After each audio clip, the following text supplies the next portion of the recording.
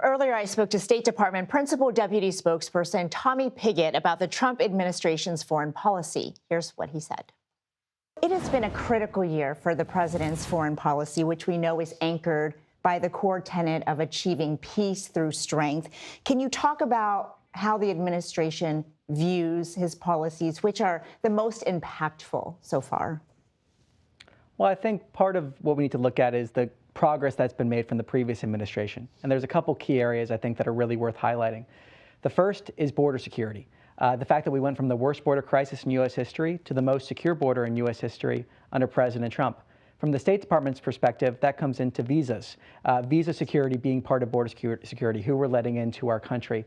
And we've taken concrete steps to increase our vettings, increase revocations for those that break our laws, and make sure we're properly screening people that are entering the country. I think two more important points on this is the designations we're seeing of groups across the world as terrorist organizations. We've seen the designations of cartels as narco-terrorists, which open up tools to stop the flow of deadly drugs into our country. But we've also seen designations of Antifa groups, of certain chapters of the Muslim Brotherhood. And I think another area that's really important is the fact that we've seen the president resolve 8 conflicts in just a year. And that's the core tenet of peace through strength. It's only possible because of the respect that President Trump commands on the world stage. And Tommy, narco-terrorism has been such a focal point for President Trump since the very beginning. Do you have an update as far as whether there's been a significant decrease in the flow of drugs into this country, especially fentanyl? Well, what we've seen from drugs that are smuggled over water, we've seen that decline by something north of 90%. So we've seen a massive decline in the smuggling across water. As we look at more statistics, and over time we'll get more data as this comes in, but one of the key tenets we're looking at are illegal border crossings, because the more illegal border crossings you have, the more drugs are smuggled into the country. There's been border officials that have discussed how cartels often dictate where people tried to cross into our country illegally so that they could smuggle drugs into our country. We've seen illegal border crossings down to near zero for many months in a row, with 0 being released into the United States. That's a key part of protecting our border, protecting and stopping the flow of deadly drugs like fentanyl into our country. And last point I'll make on this is we've seen concrete agreements as well addressing the precursors of fentanyl, and also security agreements with countries around our hemisphere. So it's not just at the border itself. We're addressing the precursors of fentanyl and also security agreements with countries throughout our hemisphere to combat these narco-terrorists throughout our hemisphere. And Tommy, I'm so glad you brought up security agreements, because right now we're talking a lot about Arctic security. And you just said in a different interview that overtaking Greenland is critical to that security for the U.S. Can you talk about why?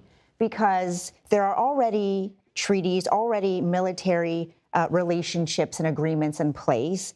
Greenland and Denmark have suggested that they're open to negotiate when it comes to their natural resource deals. So why does the president feel it's so critical to own Greenland?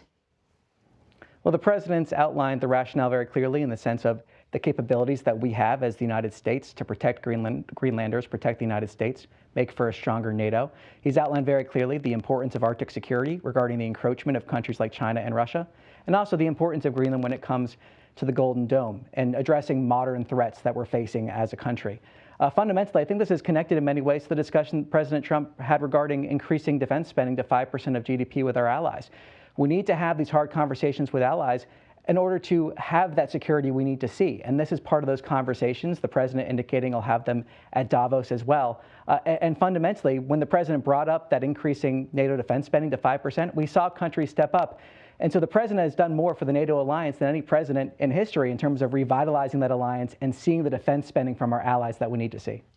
But the president over the weekend threatened several of those allies with tariffs if they are not on board with his plan as it relates to Greenland. Are you concerned that, that's going to cause irreparable damage with those allies? Well, the president's having these hard conversations with our security partners about what we need to see for 21st century security.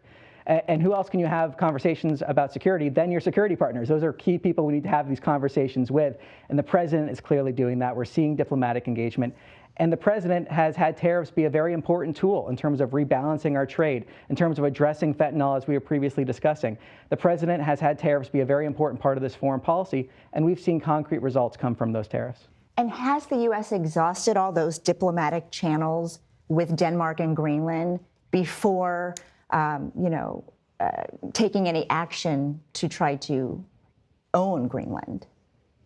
Well, the president's indicated on Truth Social about his desire to acquire Greenland, and he's indicated that those conversations are going to continue at Davos. Again, this is about addressing modern threats in the Arctic. And fundamentally, we're of the opinion, the administration, President Trump, that the United States owning Greenland is essential and beneficial to the security of Greenlanders, the United States, and NATO as a whole.